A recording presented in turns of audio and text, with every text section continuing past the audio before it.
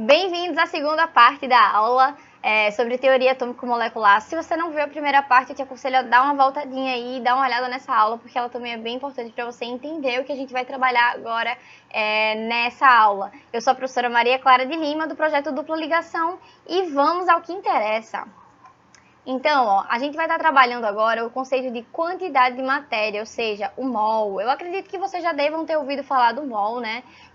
Nas aulas de química e até por expressões populares, que eu acredito que nasceu daí, né? Tipo, eu tenho um mol de coisa para fazer. Menina, eu tenho um mol de roupa para lavar. Enfim, esse mol aí vem de mol, desse conceito de mol, que expressa uma quantidade bem grande. Mas a gente vai ver do que e como, enfim. Vamos lá, vamos com calma. Então, o mol é uma das 7 unidades básicas do sistema internacional e essa medida foi definida essa grandeza foi definida em 1969, tá? E como eu falei lá na aula 1, ela veio para facilitar a vida de quem trabalhava com moléculas, átomos, elétrons, prótons, nêutrons, etc.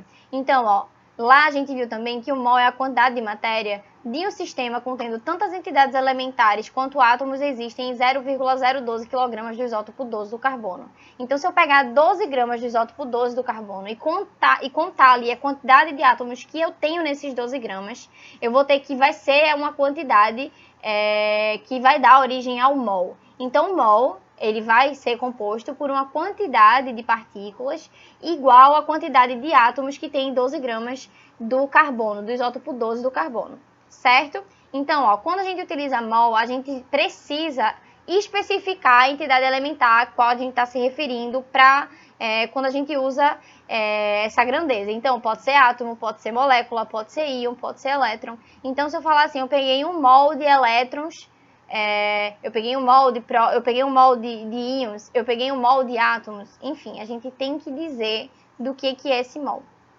Então, átomos, moléculas, íons e elétrons são extremamente pequenos. Para que se possa ver e manipular uma amostra qualquer deles, a gente precisa de uma quantidade muito grande para essa amostra ser mensurável.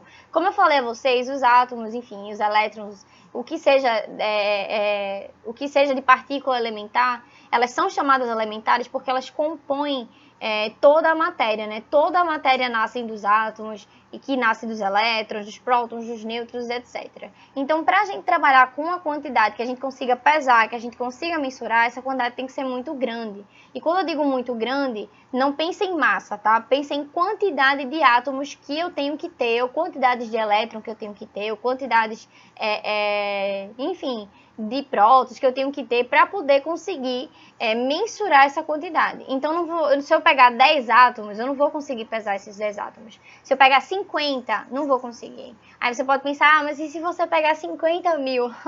Talvez não, também não, eu não sei direito.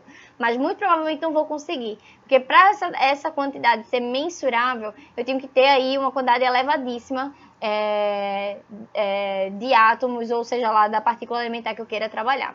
Então, um exemplo aqui do oxigênio 14, né, ele tem massa de 16 unidades de massa atômica, e você vai imaginar agora, junto comigo, uma coleção de átomos de oxigênio, mas tão grande que a amostra toda seja de 16 gramas. Então, juntei ali um monte de átomo até essa quantidade de átomo formar 16 gramas.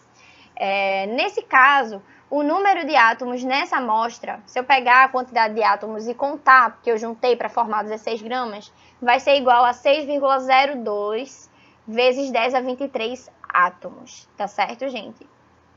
Se eu pegar esses átomos que eu juntei para formar 16 gramas e contar, eu vou ter esse número aqui, que é um número enorme, tá, gente? 10 elevado à 23ª potência é um número, bem grande. Então, o número 6,02 vezes 10 a 23 é dado o nome de constante de Avogadro.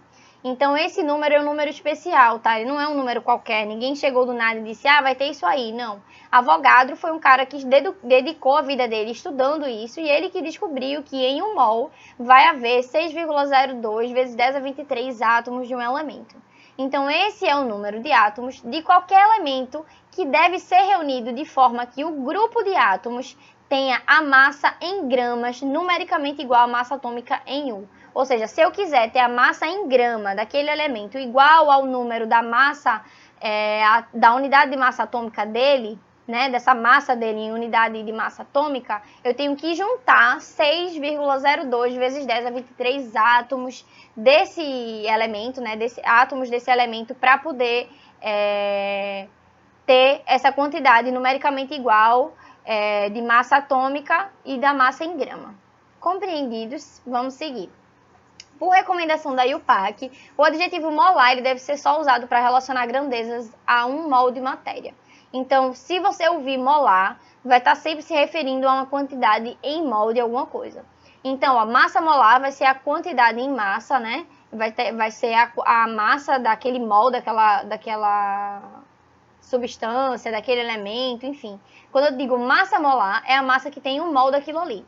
Quando eu digo volume molar, é o volume que um mol daquilo ali está ocupando. É o volume por mol da substância, por mol do elemento, por mol dos elétrons, e seja lá o que você esteja trabalhando.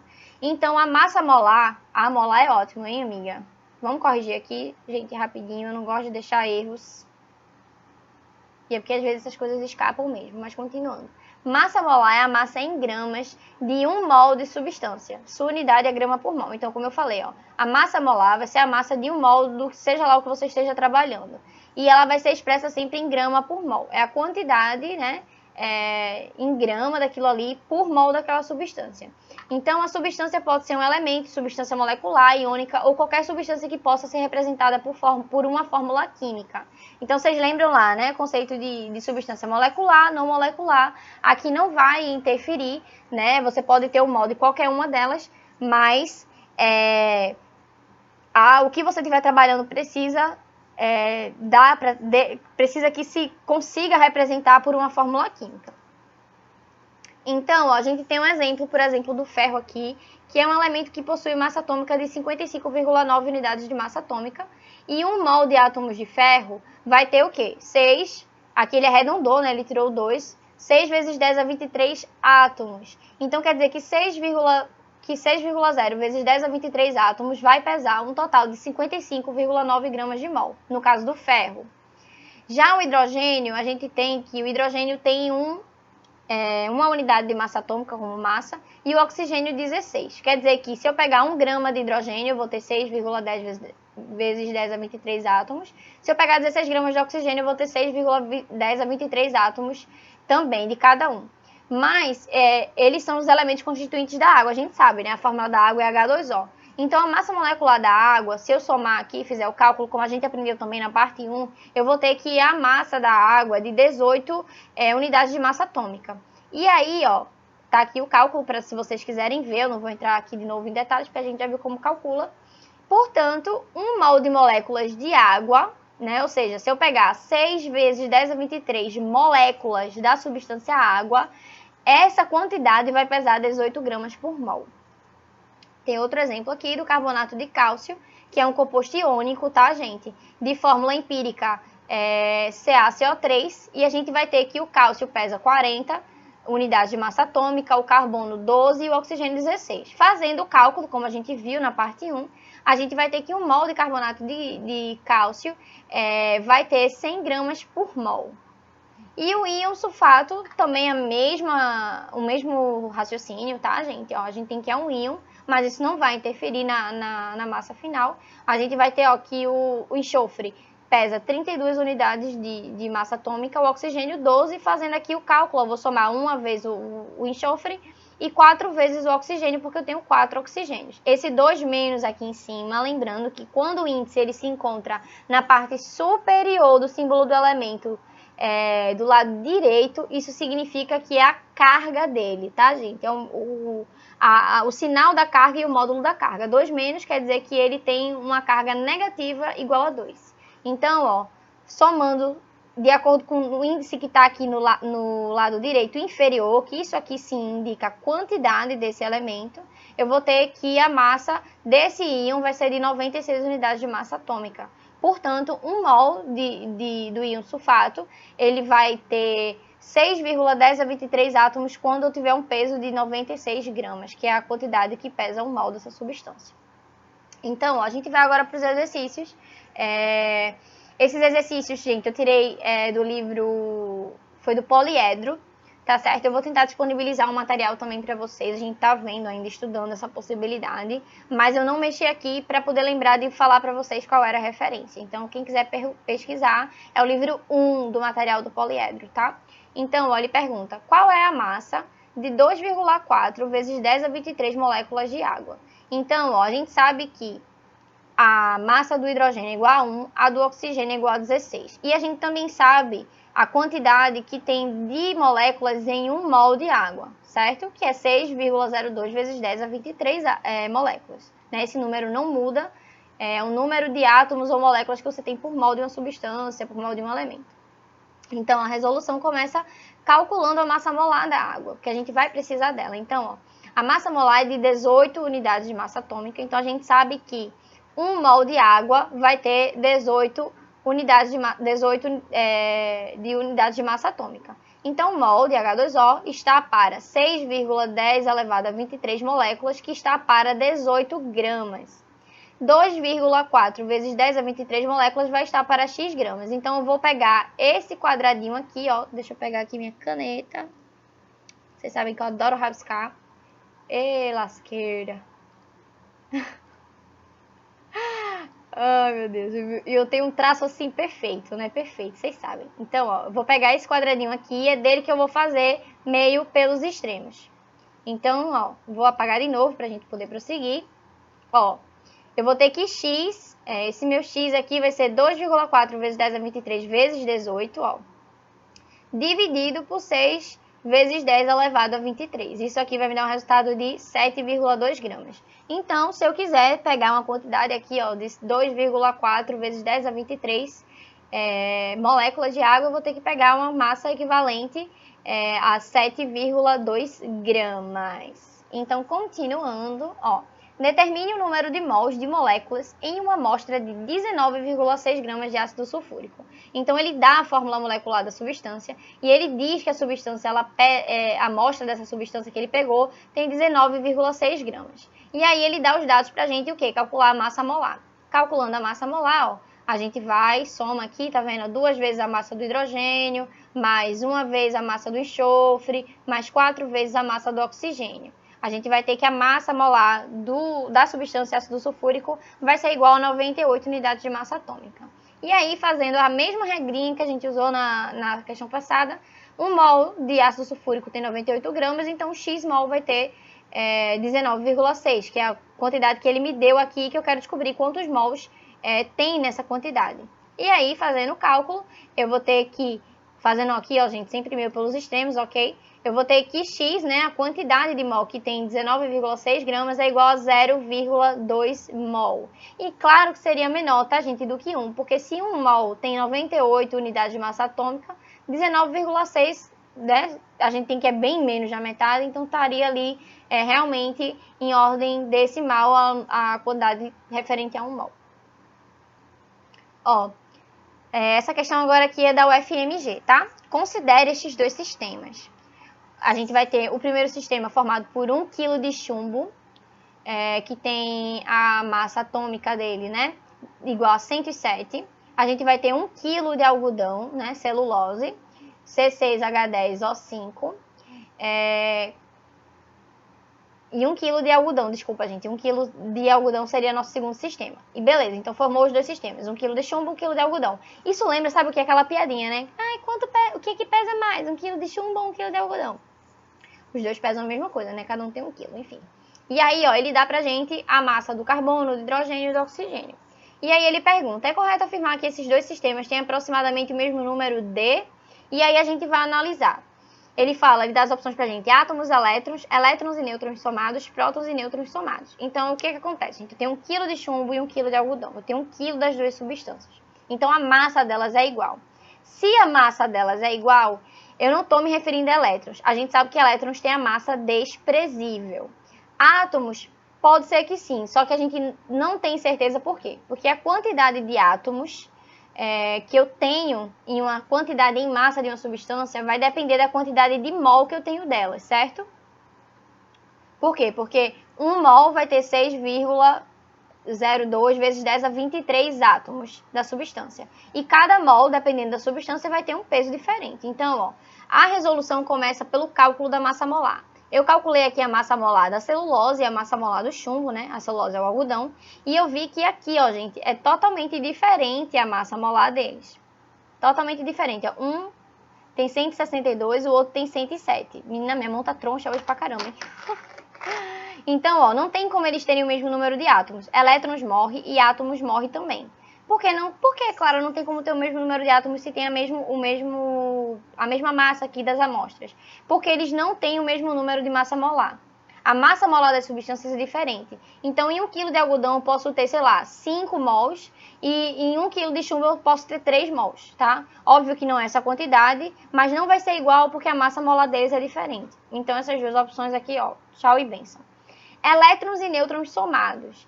Elétrons e nêutrons somados também não vai ser a resposta, tá, gente? Porque eles vão ter quantidades de elétrons diferentes, esses dois elementos. Eles não têm o mesmo número de elétrons. Por quê? Porque eles têm o número atômico diferente, certo? Porém, a gente viu lá que o que é que determina a massa de um átomo? É a quantidade presente de prótons e de nêutrons somados, certo? Então, a gente vai ter que, se eu tenho 1 kg de chumbo e eu tenho 1 kg de algodão, eu tenho a mesma quantidade dos dois. Eu não tenho a mesma quantidade de elétrons, eu não tenho a mesma quantidade de átomos, mas, mesmo não tendo essas quantidades iguais, eu posso ter o mesmo número de prótons e nêutrons somados. Porque a quantidade de prótons e nêutrons do núcleo do elemento, ela vai mudar. Porém, eles têm que ser tais quais uma quantidade X que eu possa ter 1 kg. Então, nesse caso aqui, é o que eu vou ter de próximo, né, no sistema. Eles vão ter o mesmo número de prótons e nêutrons somados, ok? Resposta letra D. Se vocês tiverem dúvida, porque eu sei que essa questão aqui é um pouquinho confusa, mas eu gosto de trazer porque nem sempre esse assunto vai aparecer com cálculo para vocês, às vezes ele aparece assim. Então, vocês deixam aqui no comentário que eu posso mandar o material melhor, eu posso estar conversando com vocês se for o caso, para a gente estar trabalhando essas dúvidas. Tá? Então, a gente vai responder aqui. Essa questão foi do Cefet, Minas Gerais, de 2006, tá? Então, referindo-se a 180 ml de água, que tem densidade de 1 grama por ml, afirma-se que... Então, antes vamos às seguintes considerações. Ele deu a densidade da água, tá, gente? A densidade é de 1 grama por ml, quer dizer que cada ml da água pesa 1 grama. Se cada ml pesa 1 grama, 180 ml é igual a 180 gramas. Eita, que tá horrível essa letra. Então, a gente vai às seguintes considerações. Possui 10 mols de moléculas. Verdadeiro, ó. Sabe por quê? Porque 1 mol da água, a gente sabe que tem o quê? 18 gramas. Então, se eu tenho 180 gramas, eu tenho que é uma quantidade 10 vezes maior que a quantidade que daqui de cima. Concorda comigo? Então, não vai ser 1 mol. Vai ser 10 mol. Deixa eu só ajeitar isso aqui, porque, gente, eu tenho um teco assim quando eu deixo a coisa deformada. Então, ó, 1 mol tem 18 gramas, 10 mol tem 180 gramas, verdadeiro. Se decompõe em 160 gramas de oxigênio. Ó, vamos lá. Se em 1 mol eu tenho 18 gramas de água, só que desses 18 gramas eu tenho que 2 gramas, ó, são de hidrogênio, tá vendo? Eu tenho 2 hidrogênios, que pesa cada hidrogênio 1 grama. E tem o oxigênio, que pesa 16. Então, eu tenho 2 gramas de hidrogênio e tenho 16 gramas de oxigênio. Se eu fizer isso para cá, eu tenho que o número é 10 vezes maior. Então, aqui eu vou ter 20 gramas e aqui eu vou ter 160 gramas. Ó, aqui hidrogênio, aqui oxigênio. Então, verdadeiro, a segunda afirmação. Contém 6,02 vezes 10 a 23 moléculas de água, elevado a 10 a 23. Falso, tá, gente? Porque isso aqui seria se fosse 1 mol, só que eu tenho 10 mol, então eu tenho uma quantidade 10 vezes maior que isso aqui. Quer dizer, 10 vezes maior que isso aqui, seria 6,02 vezes 10 elevado a 24. Apresenta 10 átomos de oxigênio. Falso, né? Não tem como ter 10 átomos de oxigênio, tem muito mais átomos de oxigênio aqui. Né? Se em 1 mol eu tenho 6,02 vezes 10 a 23 átomos, imagina em 10 mols, enfim. Não sei exatamente a quantidade de oxigênio, que a gente teria que fazer um cálculo, mas com certeza muito mais do que 10, né? Então, falso. E a 5 contém 20 mols de átomos de hidrogênio. Verdadeiro, ó. Tá vendo? A gente não fez aqui antes essa equivalência. Então, a resposta certa é a letra A. As afirmativas corretas são a 1, a 2 e a 5. Correto. Eu já ainda tinha colocado aqui pra gente calcular, mas a gente já fez o cálculo, então tudo certo. Vamos passar para a próxima, só limpar aqui. Ó, essa questão foi da UFPB 2012. Vidros de vasilhames contêm cerca de 80% de óxido de silício em sua composição. Assim, considerando esse percentual, é correto afirmar que em 525 gramas de vidro de vasilhame, a quantidade de matéria de óxido de silício é. Então é o seguinte, gente, ele diz que de uma quantidade aleatória, eu sempre vou ter 80% dessa quantidade, né, desses vidros de vasilhame, 80% deles vai ser composto de óxido de silício. E aí ele me dá uma massa de 525 gramas e pergunta qual a quantidade de matéria, ou seja, qual a quantidade de mols que eu tenho nessas 525 gramas. Então a gente vai trabalhar com regra de 3 basicamente. Ó. A resolução é a seguinte, eu vou tirar 80% desses 525 gramas, então 80 sobre 100, que é a mesma coisa de 80%, vezes 525 gramas, para eu saber qual é a quantidade desses 525 gramas que eu tenho de dióxido de silício. Então, 0,8, que é essa divisão aqui, vezes 525, vai ser igual a 420 gramas de dióxido de silício nesses 525 gramas. E aí, ó, a gente continua o cálculo fazendo a seguinte regra de 3. Eu calculo a massa também molar do dióxido de silício, a gente precisa saber dela, né? Porque a gente vai trabalhar com quantidade de matéria. Eu tenho 420 gramas de dióxido de silício nessa quantidade de 525 gramas, certo? Isso eu já descobri. Mas eu tenho que descobrir a quantidade de mols que eu tenho nesses 420 gramas. Então, para saber a quantidade desse 420 gramas em mol, eu preciso saber quanto pesa um mol dessa substância. Então, ó, 1 mol desse dióxido de silício pesa 60 gramas por mol.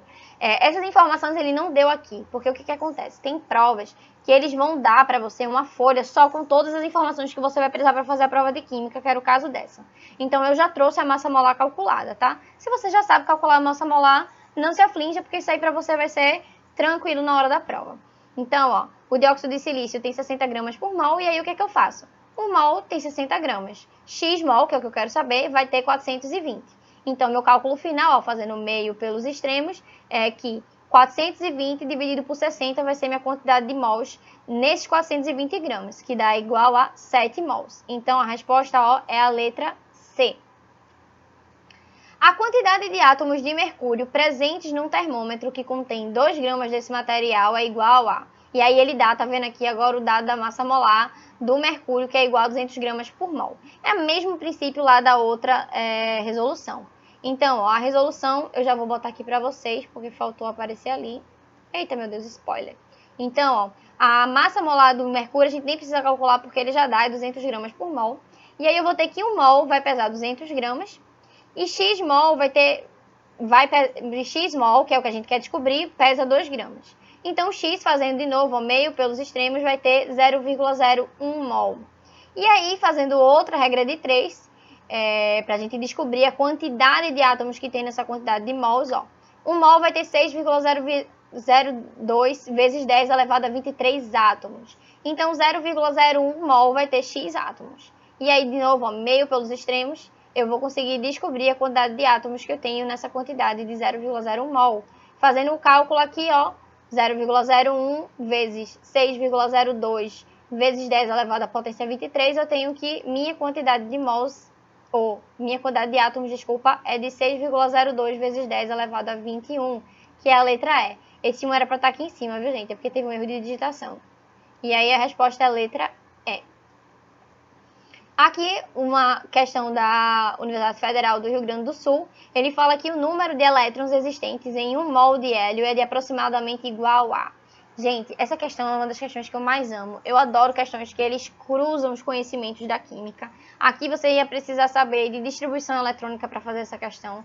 Então, é uma questão que é muito a cara do Enem. Com certeza, se cair no Enem, estaria bem contextualizada, né? A gente sabe que não teria um textinho assim tão objetivo.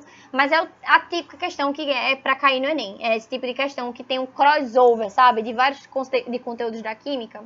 Então, ó, a resolução a gente começa aqui. 1 mol de hélio vai ter 6,02 vezes 10 a 23 átomos. Mas quanto é que pesa essa quantidade, né? Então, ó, a resolução a gente vai ter aqui que 1 mol de hélio tem 6,02 vezes 10 elevado a 23 átomos. Então, eu tenho essa quantidade de átomos em 1 mol de hélio. A gente tem que o hélio, a distribuição eletrônica dele é igual a 1s2. Isso é para um átomo de hélio, tá? Um átomo de hélio tem dois elétrons nele. E aí, se eu vou ter um conjunto de 6,02 vezes 10 a 23 átomos, é só multiplicar essa quantidade que eu tenho em um átomo por essa quantidade de átomos que eu tenho em 1 mol.